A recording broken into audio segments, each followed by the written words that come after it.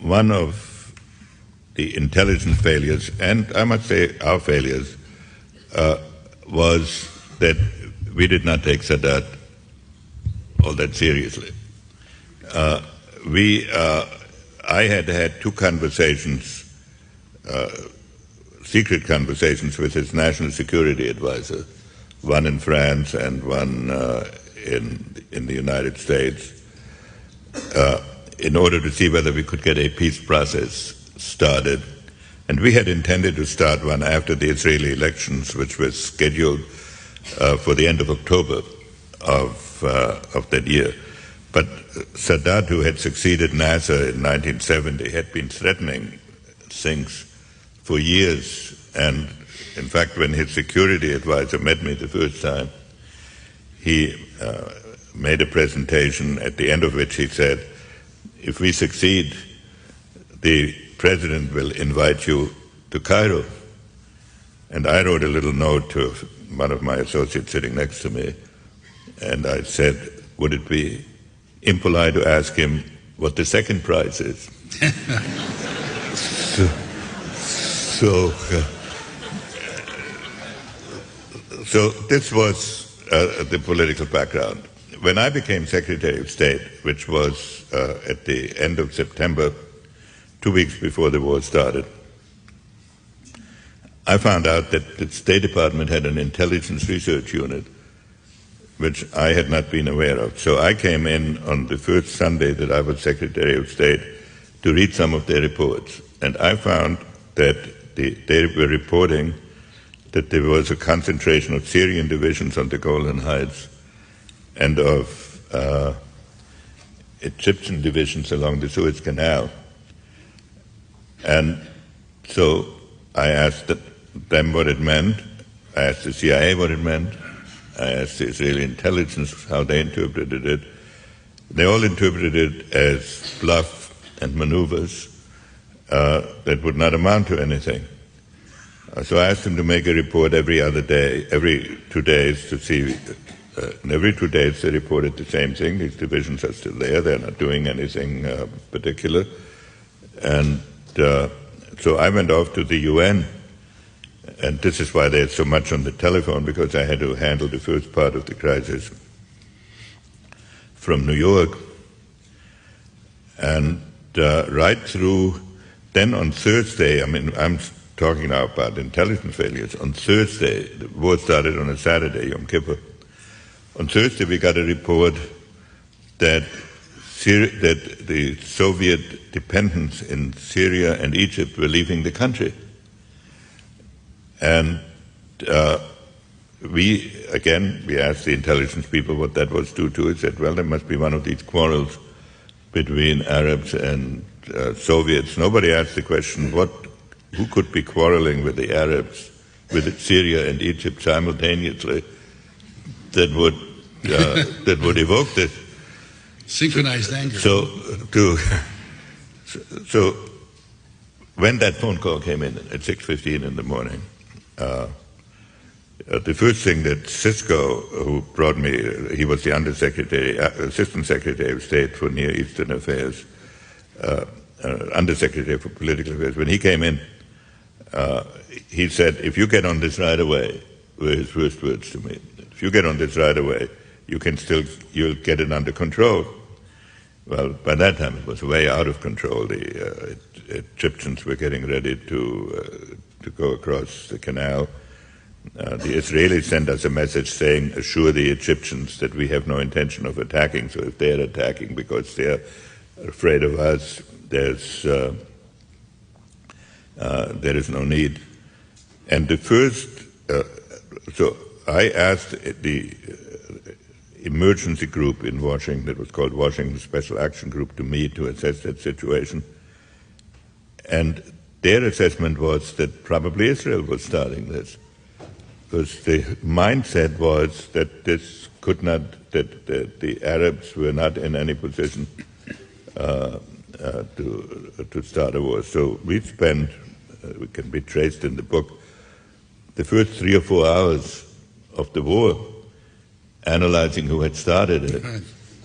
And the conversation with Abba Eban, where I say the Egyptians are telling us, I was talking to the Egyptian foreign minister and to the Soviets, and I said, the Egyptians are telling us you attacked in the Gulf with a naval operation, and I said, this is not your normal way of procedure, and he said, oh, no, but I don't know what's going on. So it wasn't until it started at 6, I would say it wasn't until about 11 that it was clear who had started it and the magnitude. And it took 2 more days before we and the Israelis realized that the Arab armies had actually scored a substantial success. Let me ask convinced that it was a tragedy that the war had started, but that once the war had started, we should use this opportunity to see whether some progress could be made towards an Arab-Israeli negotiation. And therefore, we were convinced from the beginning that there would be a huge Israeli victory, and that was not at all clear for about 10 days. Israel was teetering very close to the edge of catastrophe for a while. Which was a surprise again. Total surprise. So, of course, to them too, above all. So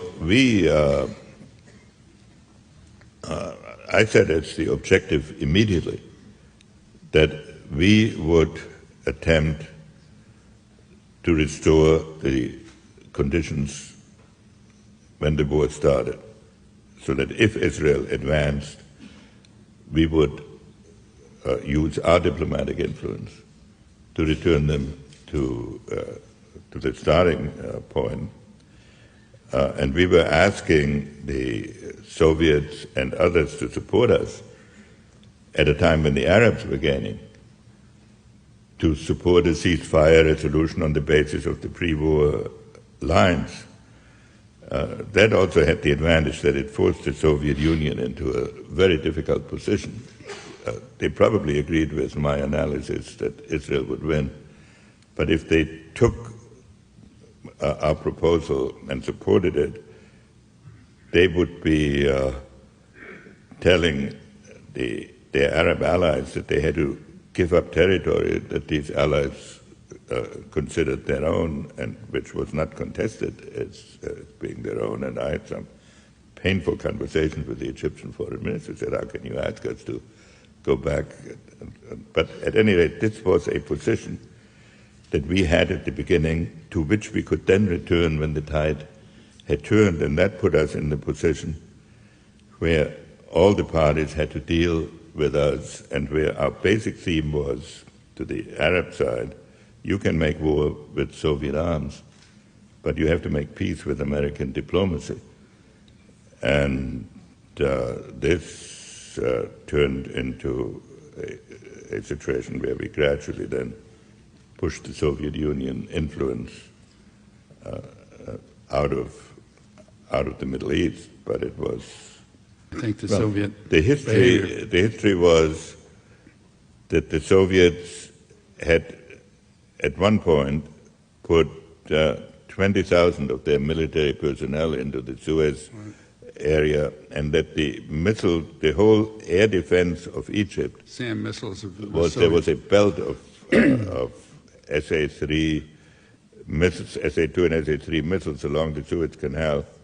And one reason why the Israelis suffered such heavy casualties was that their air force could not really operate along the Suez Canal because of the effectiveness of the Soviet-established missile defense. Then Sadat kicked the Soviet military personnel out in the summer of '72.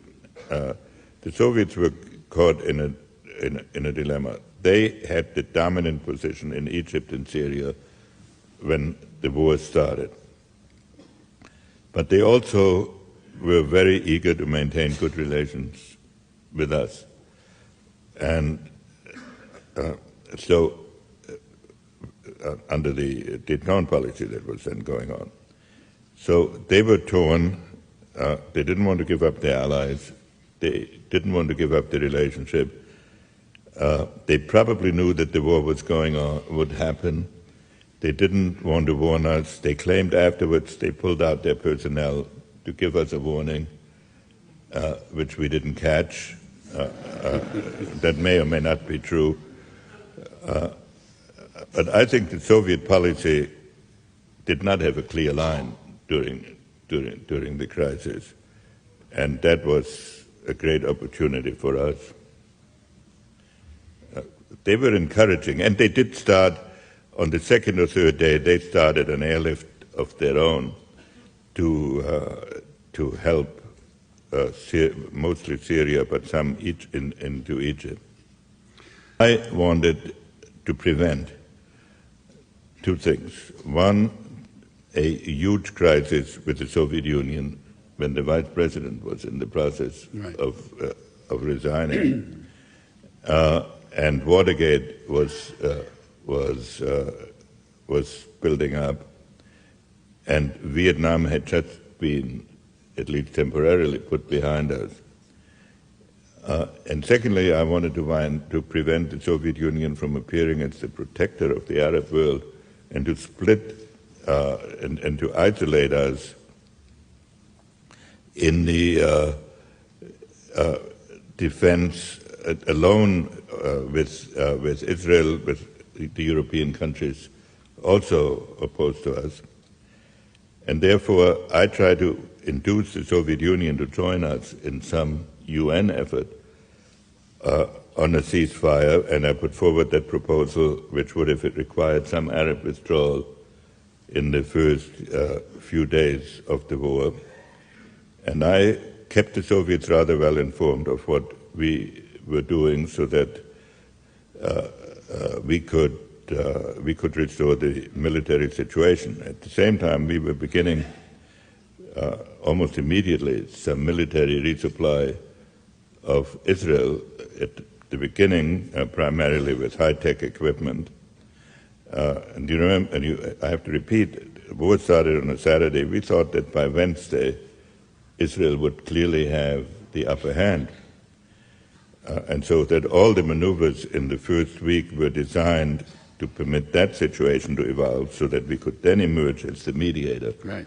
And that would reduce the Soviet the Soviet influence substantially, because the Soviet influence was based on military hardware. So, but then I had a shock because on Monday night, in the middle of the night, I had a call from the Israeli ambassador that he needed to see me urgently, together with the military attaché, and that they wanted to come by the first thing in the morning, and I saw them in the White House. And the military attaché informed me that the Israelis had lost 400 tanks in 2 days, and I forget the number of airplanes, 30 or 40 airplanes, and that they needed urgent resupply. And and that Golda Meir wanted to come over to plead her case. I said, under no circumstances could Golda come over, because I thought that this would be a sign of such absolute panic that if the Prime Minister of Israel leaves Israel in the middle of a battle, then all the other Arab countries might jump into it, and the Soviet Union might begin to try to pick up the pieces.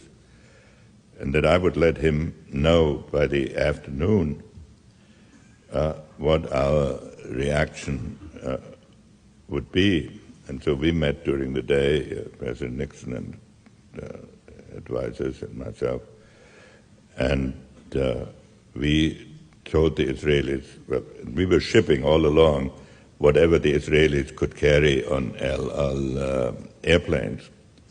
We told them we would replace all their losses, and therefore they did not have to hold anything back in their military operations. And but that it was essential, if we wanted to get a negotiation started, that they take some action in which they were not losing on every front. I mean, that was in essence which they were in the first few days. They were. Yeah. As late as Wednesday, the Arab armies were still on territory that Israel had prior to the war. So this was. So this then started. So there were two separate questions. One was, could Israel count on resupply? That they could totally. Then how quickly could we get some resupply there? Now there, the difficulty was how was one going to ship, how was one going to send equipment, and was it going to appear fast enough? And we still thought at first that the battle would be essentially decided by what was there. So an attempt was made to charter airplanes and to use American government guarantees to charter airplanes and to fly equipment to Israel. And it would be too boring to go through all the details why that was not possible. The airlines did not want to charter planes. They did not want to lose business in the Arab world. It was difficult to get insurance. Then it turned out that it was difficult to get landing rights in the Azores. So about 36 hours were lost in getting the non-El Al air support, except we started flying planes. The airplanes we began to ship immediately because they could be flown there by refueling directly. Then on Friday night, it became clear that the Israeli offensive had been stalled, and that we had. I have to back up for a minute. On the day after we had made this promise to the Israelis on resupply, the Soviets caught on to what was going on, and they were beginning to urge a ceasefire in place, which was the way each war had ended. And we stalled them for 3 days until hoping the military situation would be restored. But we finally said we'll trigger that diplomacy on Saturday. By Friday night, we decided that the best way that we couldn't wait anymore for charters, and we started an American, really military airlift into Israel, which is a highly unusual thing to fly an American military airlift into a combat zone. You're also worried about how moderate Arab regimes might react, Absolutely. and you were looking for a provocation from the Soviets to allow you to go forward? Well, you read the book very carefully. We were worried all along because Europe was in a panic about a possible oil cutoff. We also wanted, all along, our strategy in the Middle East had been based in part on Israel and in part on the moderate Arab countries.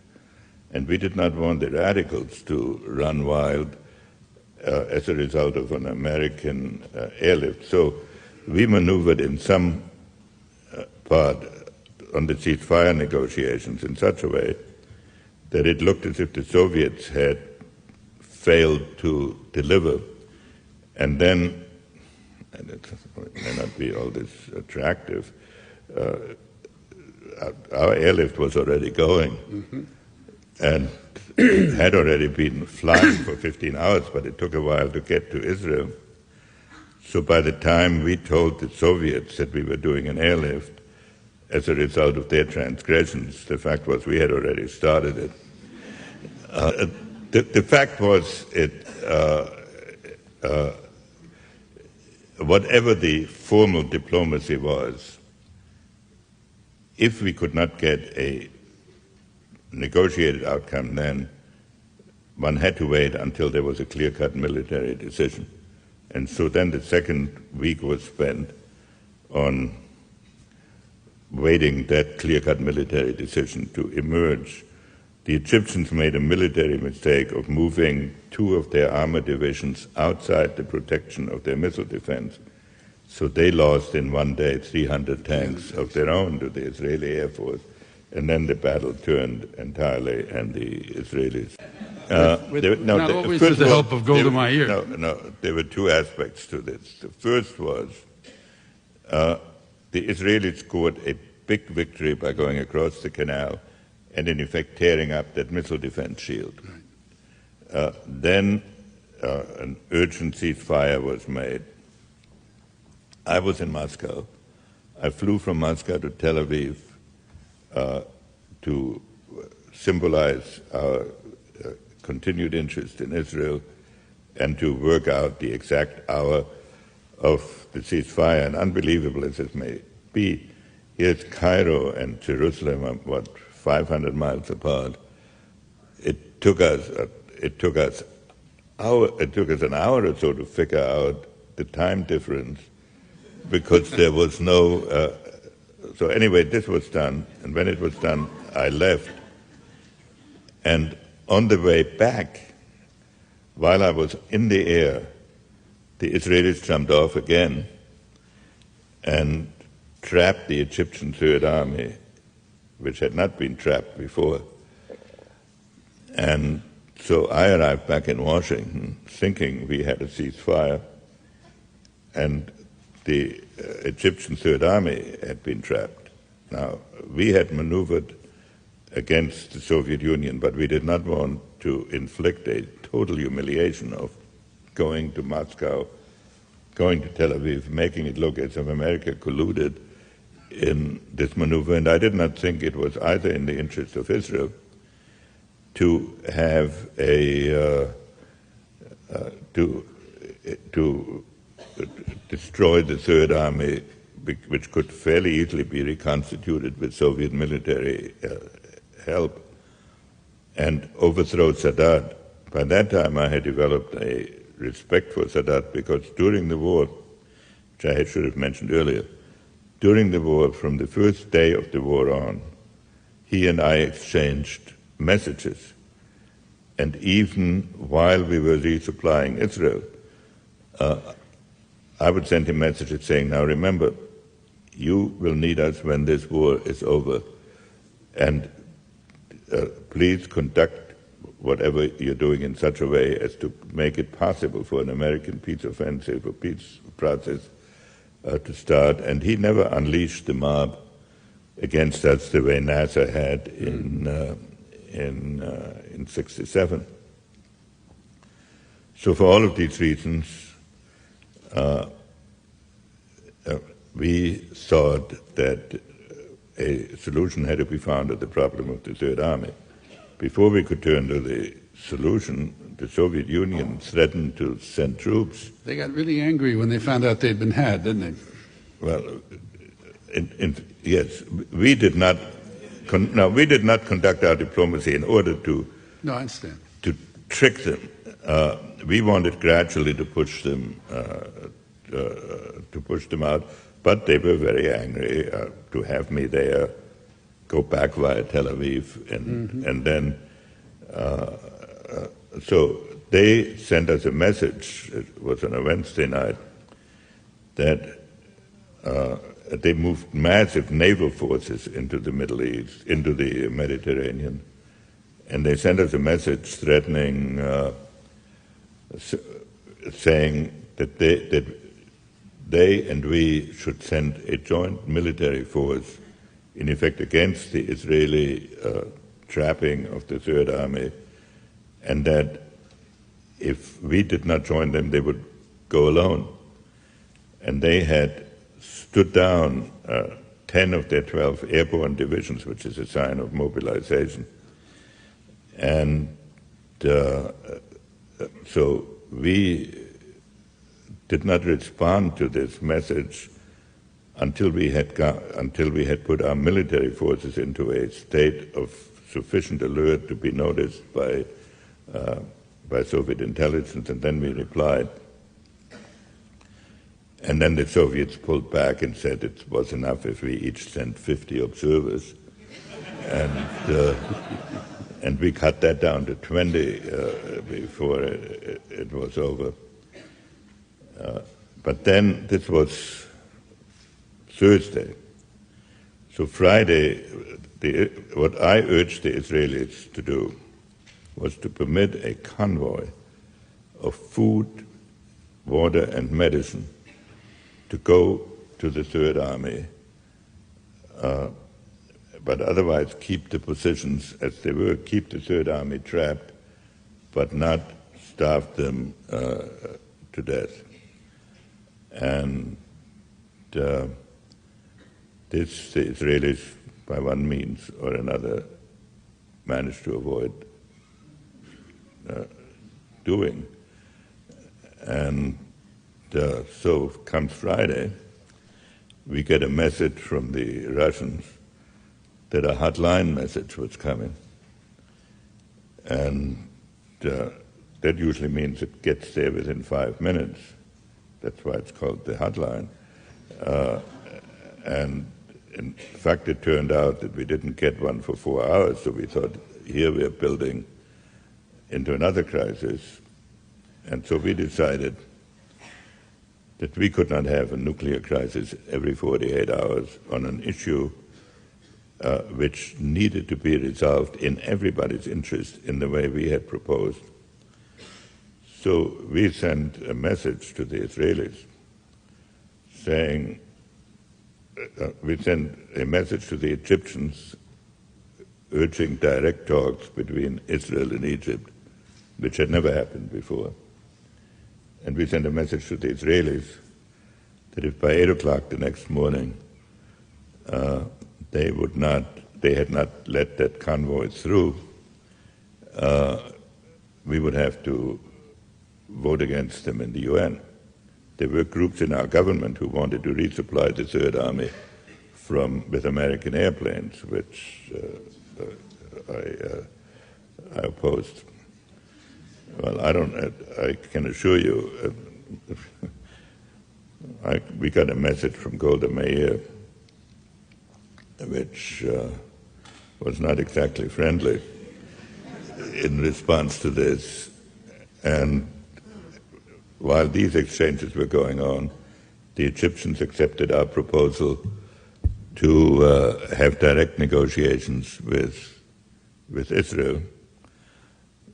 And that started another minor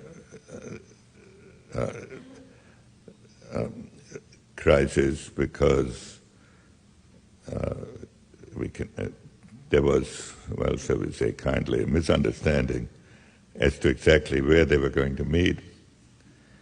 And that was finally solved. And so after the smoke cleared, the convoy went to the Third Army.